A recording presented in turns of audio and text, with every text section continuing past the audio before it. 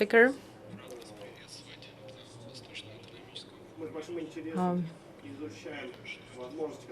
Dear colleagues, I'm happy to welcome you at that forum, and I do believe that this forum will become very, very useful platform for all of us. We will learn a lot, and I think that knowledge that we will gain within that event will help us to work better.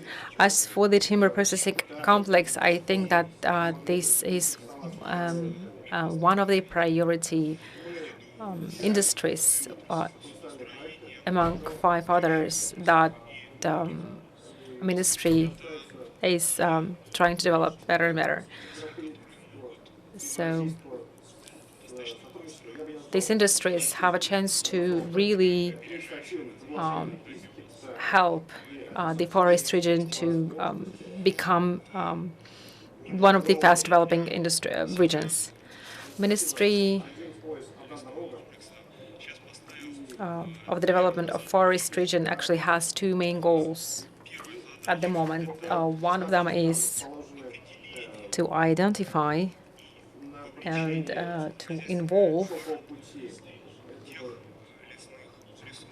into the ongoing projects all these resources that exist at the forest region but underused, or these ones that are not used at the full scope, to start using them fuller. So this is one of the goals that we have. And the other goal is to maximize the state financial support and use other tools that are being given by the institutes of the development, and to use them all at the forest region. So we, together with the regions of forest region, have run an assessment of the forest resources in the forest region, and let me present you the results. At the moment, among the 319 hectares, millions of hectares of the forest resources, only 39 million of the hectares are attractive for processing and for harvesting. 37% of the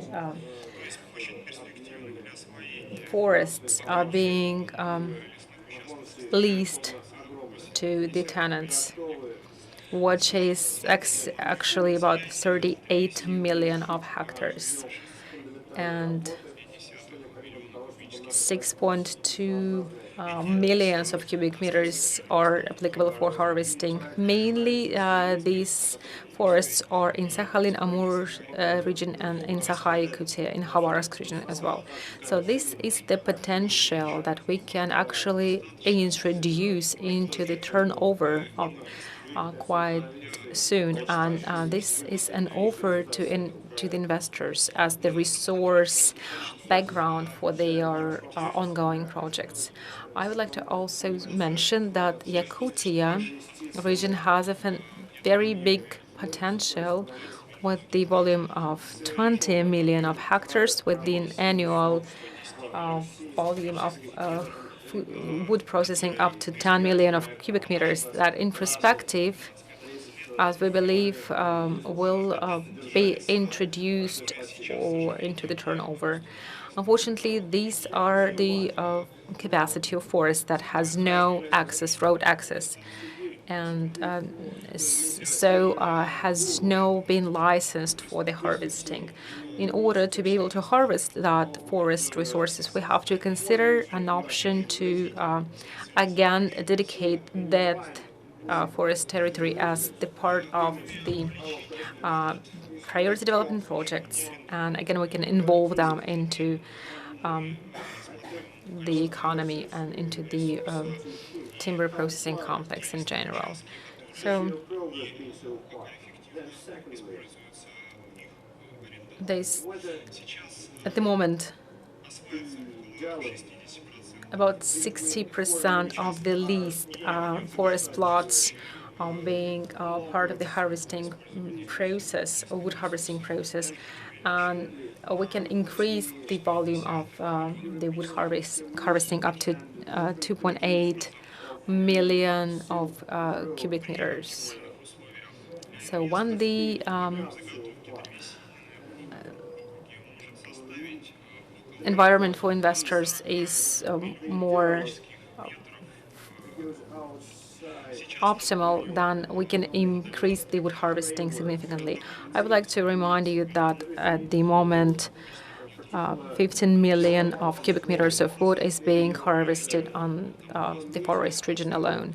So we potentially can double, at least double that amount, and this is the resource that we can, in perspective, offer to Russian investors or to foreign investors in the form of, again, the forest resource that could propel the Far East as the territory for wood processing. The mechanism that we introduced throughout the customs duties did not prove to be quite effective, and for that matter, we suggest to consider the mechanism of tariffication or the fees for Far East types of wood, of pine trees.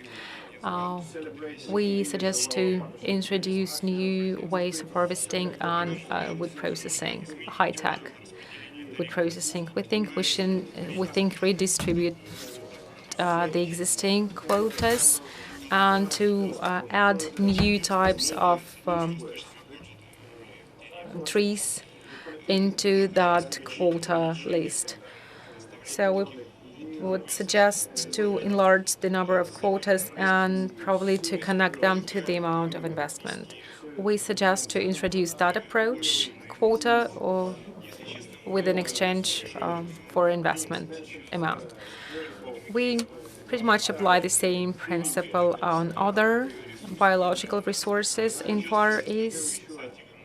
With the same initiative, we came to the fishery industry when we say that we can provide the quota in exchange for investment.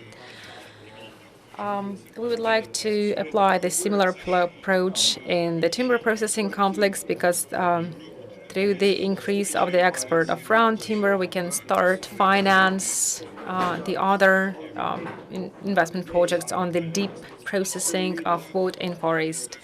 So basically, this is step that will help us to gain extra financial resource for to develop the ongoing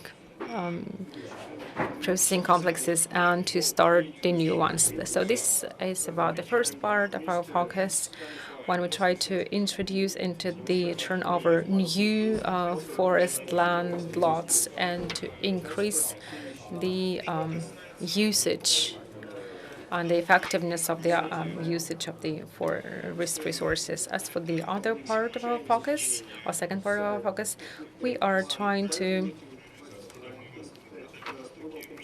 support all the ongoing projects that are ongoing in the forest with the federal and governmental support. So I would like to introduce you the unified support system that we plan to introduce in the Far East. So at the moment, about 30 federal bodies of the authority are trying to support the ongoing project. They have their own financial resources. They're having their own tools. There are probably more supporting actions than there are those institutions that apply them. They pretty much use the same support instrument, and that is why we have structured those measures of support and basically divided them into few groups. So the first group is that the territories with the particular conditions for the business operations, we have a particular benefits. We're talking about the priority development projects, the Freeport Vladivostok. We have three specific economic zones that were created in Far East. So through that type of support, we will eliminate the limitations that call for this specific selection of the production sites. As for the second group of measures, we are talking about the specific infrastructure that has to be developed. Mainly, this infrastructure is being developed within the federal programs that come from Ministry of and Energy, Ministry of the Development of the Forest, and so on. So I need to say that the Ministry of Forest Development currently has already allocated around 13 billion rubles among 6 projects that are underway in Far East, and these allocations are provided in the form of subsidies to these investment projects. So these are subsidies allocated to a particular investor for him to remove or get rid of any infrastructure hurdles. We are doing all relevant job which is necessary to continue with this program. So there were projects that we worked with in the past that referred to development of forest processing industry, and in the near future we are going to kick off the new round of selection of potential investment projects, and together with other industries we will support the projects in the forest industry. The next direction of governmental support are the programs of ministries and agencies. A well-known case here is the Ministry of Industry and Trade support of Priority Forest Project, and also the Foundation of Industry Development. They have launched their own program. So these instruments exist, and forestry enterprises can use this program. They can tap them. The fourth direction is export support, and the previous sessions showed that there are tools available. We only need to improve their efficiency and expand their offer. Another priority direction is to provide for the availability of financing of investment projects. This can be done through Внешэкономбанк, Россельхозbank, Russian Fund of Direct Investment, and Foundation of Paris Development. It means that in order to support investment projects, we do have quite a broad range of tools available. Investors can use highly beneficial loans. They have access to land plots with prepared infrastructure. They can enjoy significant customs and tax benefits, and we can also support investors in terms of recruiting highly qualified specialists. There is a special program underway on transfer of talents to forest and increase in mobility of human capital over in this region. So I'm pretty convinced that in the near future we are going to see practical results of this program. This is true for all regions of forests in Russia. What are the impediments? The main challenges are the following. The entrepreneur is sort of disoriented because the enterprise does not understand what documents are needed at this stage of project. They do not fully tap the potential of instruments available to them.